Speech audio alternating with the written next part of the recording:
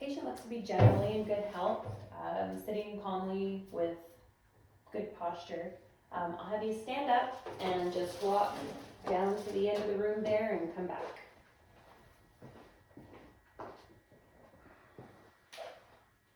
Good. Okay, now facing this way, close your eyes. I'll have you stand on one foot and then on the other foot. Very good. Okay, you can open your eyes. Now you're going to turn your toe in towards your other toe and then out. Good. And same thing on the other foot. In and out. Good. Then grab my hand. I want you to do 3 deep knee bends. Good. Good. Okay, then you can step up onto the table here. We're going to do our deep tendon reflexes first. So I'm going to check your patellar tendon. Great. And now let's grab the elbow and just relax your arm. Relax it. There we go. Good. Good. Okay, grab my fingers and squeeze. Good. And this grip is equal on both sides. With a myasthenia gravis patient, we might have weakness on one side or just generalized muscle weakness. I want you to point your finger to my finger. Good. And the other side. Good. Okay, arms out and close your eyes. We're checking for pronator drift. Good, you can open your eyes. That looks great. Now I want you to raise your arms out in front and then out to the sides. Good range of motion. Now bend and straighten your elbows. Good, and your wrists and your fingers. Good, range of motion looks intact. One elbow out. And I want you to just bring it up and down 10 or 15 times. I'm having you work this one side to see if there's some muscle fatigue that we can notice. Good, okay, both arms out. And then when I push down, for him, everything was equal. One side wasn't weaker than the other. You can put your arms down. For a myasthenia gravis patient, we might notice that after some muscle work that the one side comes down a lot easier than the other side. I'll have you count to 50. 1, 2, 3, 4, 5, 6. You can go ahead and stop. For a myasthenia gravis patient, as they're counting, getting all the way to 50, they might have some difficulties pronouncing some of the words. There might be slurring, hoarseness in the voice. Next, I want you to make a high-pitched E sound. E. Good. And again, you might have hoarseness in the voice with that high-pitched E sound for a myasthenia gravis patient. Next, I'm going to have you take a breath and then count to 20 all in one breath. 1, 2, 3, 4, 5, 6, 7, 8, 9, 10, 11, 12, 13, 14, 15, 16, 17, 18, 19, 20. Good. And once again, for a myasthenia gravis patient, after counting to 20 in one breath, they might actually be out of breath or might not be able to do it at all. Next, I want you to move your neck side to side and up and down. You having any pain with that? Good. Okay, next I'm going to check the curvature of your spine. And he seems to be in line there. No abnormal curvature. I'm going to look at his ears. And externally, everything looks normal. The skin is intact. There's no drainage. Okay, so we're going to be really quiet for a second, and I want you to tell me if you can hear the ticking clock. And he says he can hear it. I'm going to press on your ears. Let me know if there's any discomfort, any pain. Okay, great. Next, I want you to move your jaw forward and back, and then open and close. Good, and then bite down. Good, and his muscle tone's good. He doesn't have everything symmetrical side to side. Could you give me a good cough? And then swallow. Good. Myasthenia gravis patients can have difficulty swallowing, especially after they've been chewing food for a while, so that's something to keep an eye out for. Okay, now next I'm going to look in your mouth with the pen light, so open wide and say ah. Good, and you can see the uvula moving up and down. You can close your mouth. Next I'm going to examine your eyes. So first I'm just going to shine this pen light in your eyes and you just look straight forward.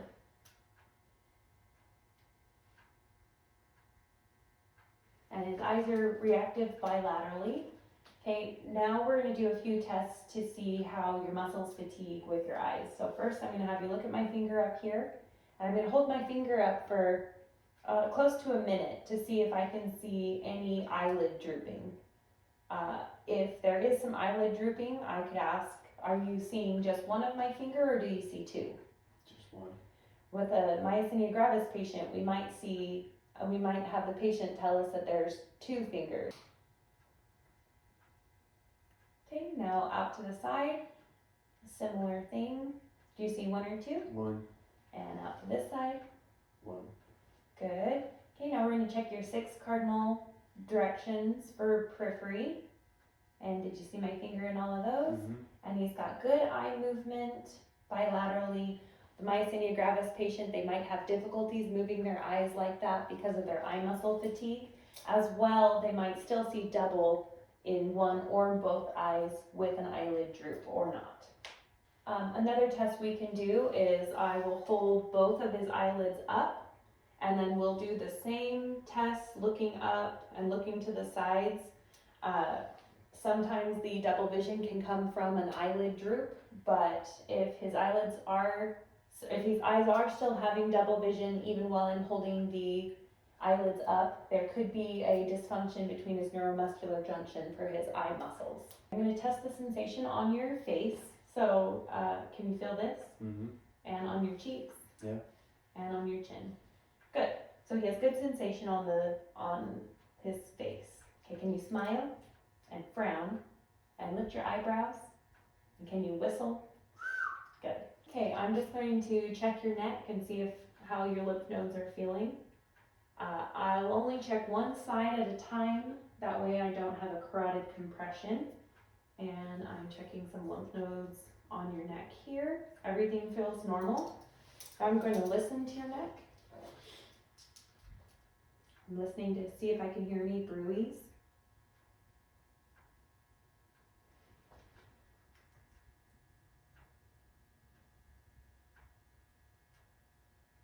Everything sounds clear there. Now we're going to go down to your heart.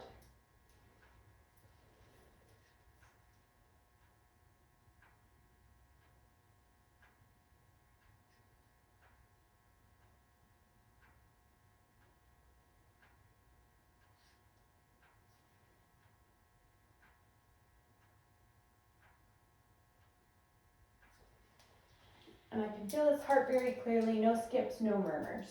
Okay, I'm going to listen to your lungs, and I want you to just take a few deep breaths with your mouth wide open. Okay, go ahead. Good.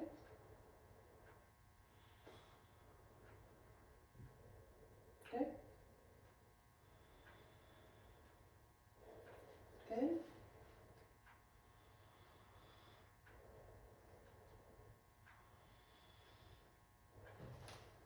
One more. Good. Everything sounds clear in his lungs bilaterally. Okay, now I'm going to have you lay back. I'm going to pull this out on your feet. Okay, I'm going to listen to his heart one more time, laying down.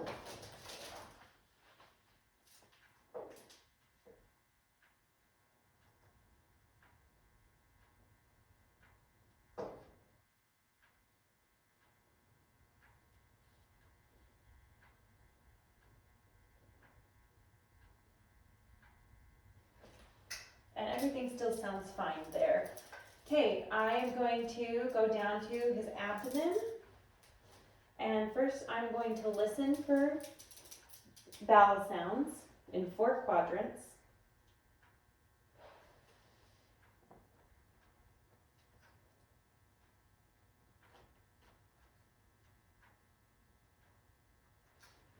And there are active vowel sounds in all 4 quadrants. Next, I'm just going to feel the abdomen and see if there's any hardness, if there's any tender spots, and you just let me know if I get anywhere that's tender.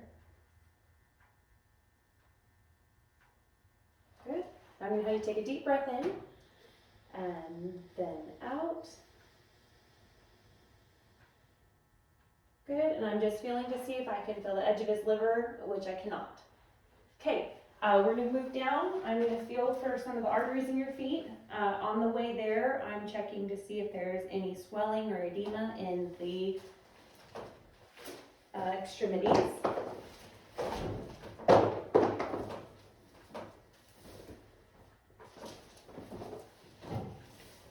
Okay, feeling the dorsalis pedis first. And he has a good pulse bilaterally. Now for the posterior tibialis.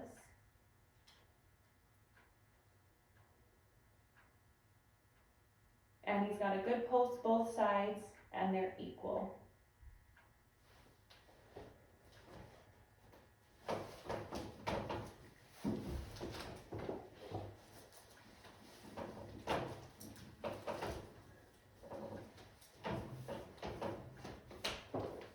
Okay, next I want you to push your feet against my hands.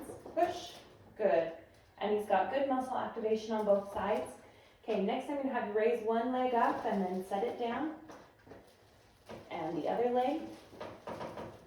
Good. And the same there, muscle activation is good. It's equal on both sides. With a myasthenia gravis patient, we might see difficulties with the leg movements, especially where we're later on the assessment. This assessment would be done best in the morning when they're still fresh and they haven't had a lot of muscle intervention.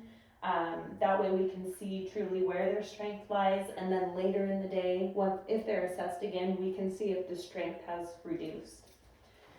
Okay, you can go ahead and sit up. Let me pull this out. Okay, did you have any questions? All right, how has your mood been seeming lately? Happy.